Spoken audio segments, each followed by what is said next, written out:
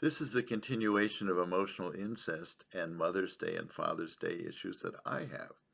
When I hear it, it makes me uncomfortable. They say, I'm not mad at my mother. I was just disappointed. I knew she was a sick lady. Okay.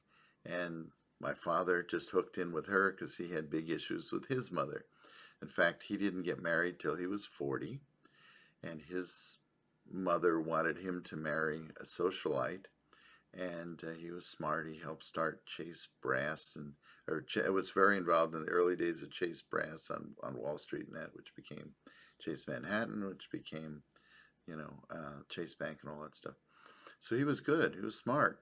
Um, and my mother, was just kind of a lot of fun and dancing and whatever else. So they had fun time, but he was a little more serious. Okay. And so I'm glad I got his brain sort of and my mother's being able to go out and talk and schmooze and visit.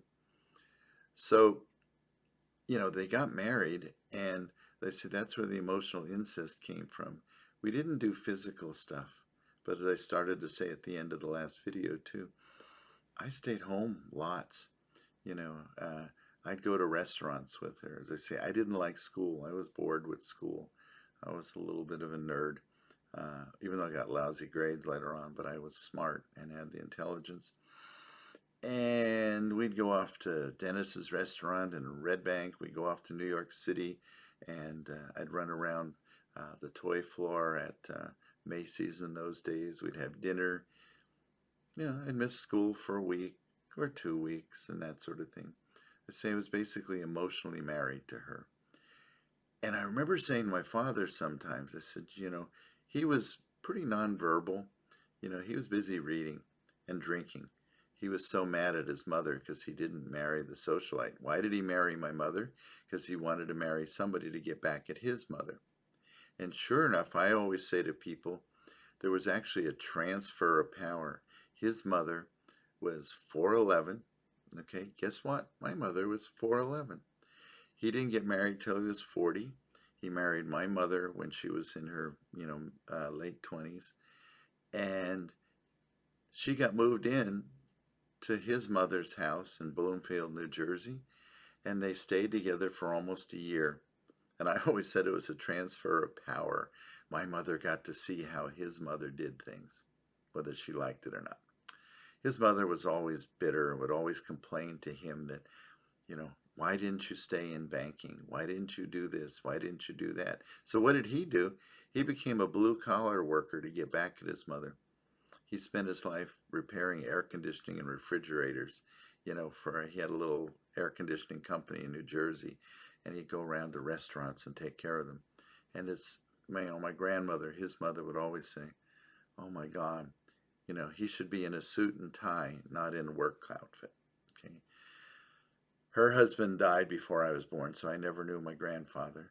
And then on my mother's side, my grandmother, my mother's mother, I called her my nanny, had mental problems, and she was put in a state hospital because of early dementia or early Alzheimer's. And her husband had died before I was born too, so I never had grandparents to kind of talk to.